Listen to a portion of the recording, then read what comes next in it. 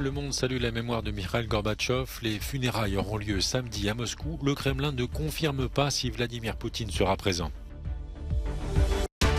Une délégation de l'AIEA a quitté Kiev ce mercredi pour Zaporijjia. Elle doit inspecter la centrale nucléaire ukrainienne tombée aux mains des Russes. Il sera plus difficile pour les Russes de se rendre en Europe. L'Union européenne a décidé de suspendre l'accord facilitant l'octroi des visas. Inflation record dans la zone euro, mesurée à 9,1% sur un an en août. Nouveau sommet historique, la hausse des prix est poussée par la flambée de l'énergie. Les 25 ans de la mort de la princesse Diana, marqués par des hommages à Paris et à Londres. Mais aucune cérémonie publique n'a été organisée par ses fils, William et Harry. À travers le monde, les dirigeants d'hier et d'aujourd'hui saluent la mémoire de Mikhaïl Gorbatchev, le dernier président de l'Union soviétique décédé ce mardi à l'âge de 91 ans. Les funérailles auront lieu ce samedi à Moscou, où Vladimir Poutine rend hommage à la grande influence sur l'histoire du monde qu'aura eu, selon lui, Mikhaïl Gorbatchev. L'actuel chef du Kremlin, qui considère la chute de l'URSS comme la plus grande catastrophe du XXe siècle, dit aujourd'hui que Mikhaïl Gorbatchev a guidé la Russie à travers une période de changement complexe et dramatique. De son côté, l'opposant Alexei Navalny souligne que Mikhaïl Gorbatchev avait su quitter le pouvoir pacifiquement et le journaliste Dmitri Muratov que Gorbatchev méprisait la guerre. Mikhaïl Gorbatchev était plus populaire à l'Ouest qu'en Russie et les leaders occidentaux ne tarissent pas d'éloges sur son héritage. Mikhaïl Gorbatchev a fait souffler un vent de liberté sur la société russe. Il a essayé de changer le système communiste de l'intérieur, ce qui est devenu impossible. Et il a lancé la coopération avec l'Ouest et mis fin à la guerre froide. Malheureusement, l'espoir s'est envolé. Angela Merkel écrit que le père de la réunification a changé sa vie et Olaf Scholz regrette que la Russie ne soit pas devenue une démocratie. Il est mort à un moment où non seulement la démocratie en Russie a échoué, il n'y a pas d'autre façon de décrire la situation actuelle dans ce pays, mais aussi à un moment où la Russie de Poutine creuse de nouvelles tranchées en Europe et s'est lancée dans une horrible guerre contre l'Ukraine.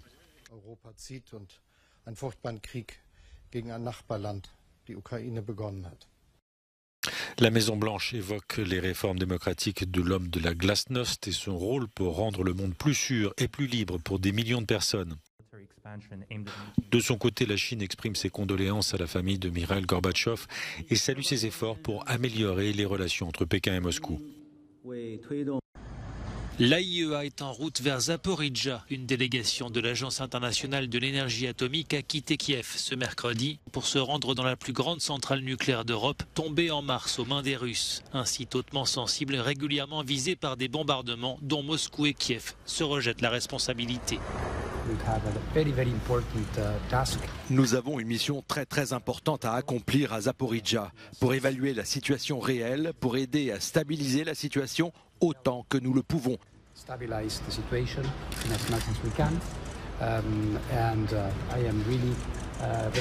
Je suis conscient de l'importance de ce moment.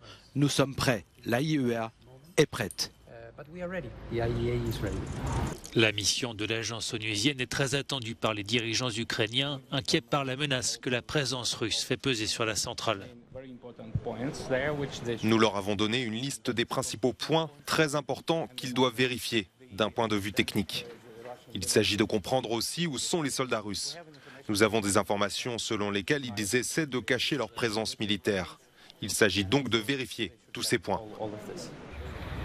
En face, les autorités de la République autoproclamée de Donetsk ont donné des garanties de sécurité à la mission de l'AIEA. La délégation de l'AIEA dispose de garanties de sécurité de la part des forces alliées et de la Fédération de Russie.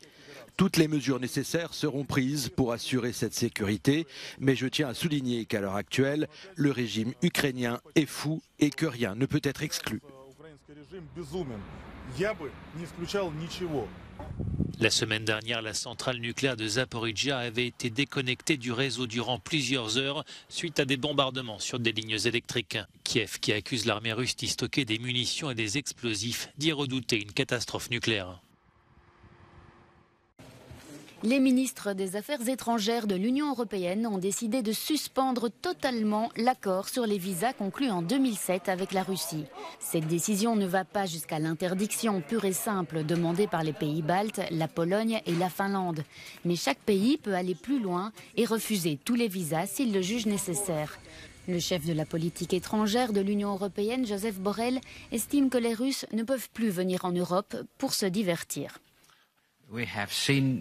Nous avons vu de nombreux Russes voyager pour leurs loisirs et faire du shopping, comme si aucune guerre ne faisait rage en Ukraine. Les États membres ont estimé que nous ne pouvions pas faire comme si de rien n'était. Cela ne peut pas être du commerce comme avant.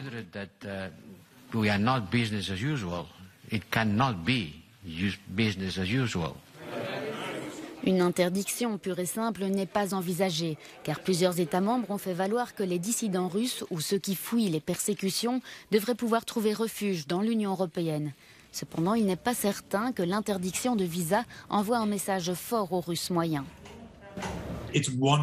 On espère que cette mesure aura un certain impact, mais nous devons réaliser que le paysage médiatique russe est complètement dominé par le régime de Poutine.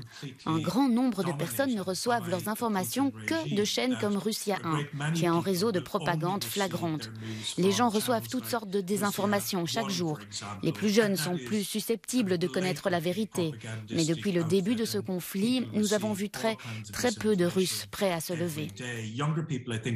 Likely to know the truth, but the simple reality is that from the beginning of this conflict, we have seen very few Russians prepared to stand up. Les ministres des Affaires étrangères ont également confirmé qu'ils ne reconnaîtront pas les passeports russes provenant des territoires occupés en Ukraine et qu'ils réexamineront les visas russes existants.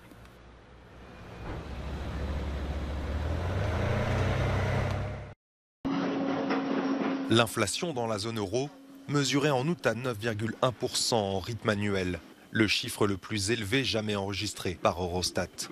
La hausse des prix avait déjà atteint 8,9% en juillet dans les 19 pays qui partagent la monnaie unique. Avec 6,5%, la France connaît la plus faible inflation de l'eurozone. Mais comment expliquer de tels chiffres? Tout d'abord par les prix de l'énergie.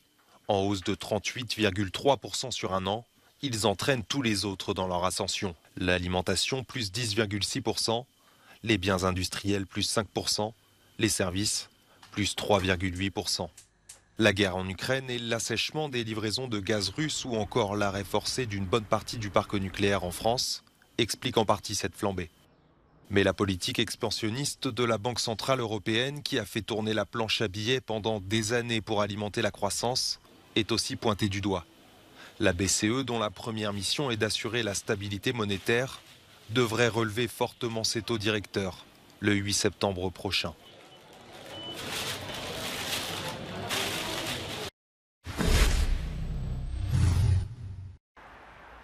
Des hommages, mais pas de cérémonie officielle pour les 25 ans de la mort de la princesse Diana. À Paris, des admirateurs se sont retrouvés près du tunnel du pont de l'Alma où Lady Di a succombé à l'âge de 36 ans après un accident de voiture. Sa disparition ébranlera la monarchie britannique et suscitera une onde de choc parmi la population. Je pense qu'elle nous manque encore, dit cette touriste venue de Londres. Le monde a besoin de quelqu'un comme elle qui est prêt à laisser tomber toutes les conventions pour montrer son amour pour les autres. À Londres, des hommages ont aussi eu lieu au palais de Kensington. L'engagement humanitaire de Lady Di en fera une personnalité adulée de tous, comme le rappelle ce spécialiste de la Maison royale britannique. Il y a le fait qu'elle ait à elle seule levé un tabou sur le virus du sida, ainsi que son incroyable campagne contre les mines antipersonnelles, qui est d'ailleurs devenue un traité international. Elle était capable de tendre la main aux sans-abri, aux lépreux. Malgré la complexité de son caractère, malgré le fait qu'elle était si malheureuse et si souvent malade, elle était capable de tendre la main aux autres. C'est ce qui a fait d'elle une figure unique et qui a suscité cette extraordinaire effusion d'émotions lorsqu'elle est morte. Les princes William et Harry, en froid, n'ont pas organisé de commémoration publique cette année. Les deux frères ont indiqué qu'ils marqueraient l'événement chacun de leur côté en privé.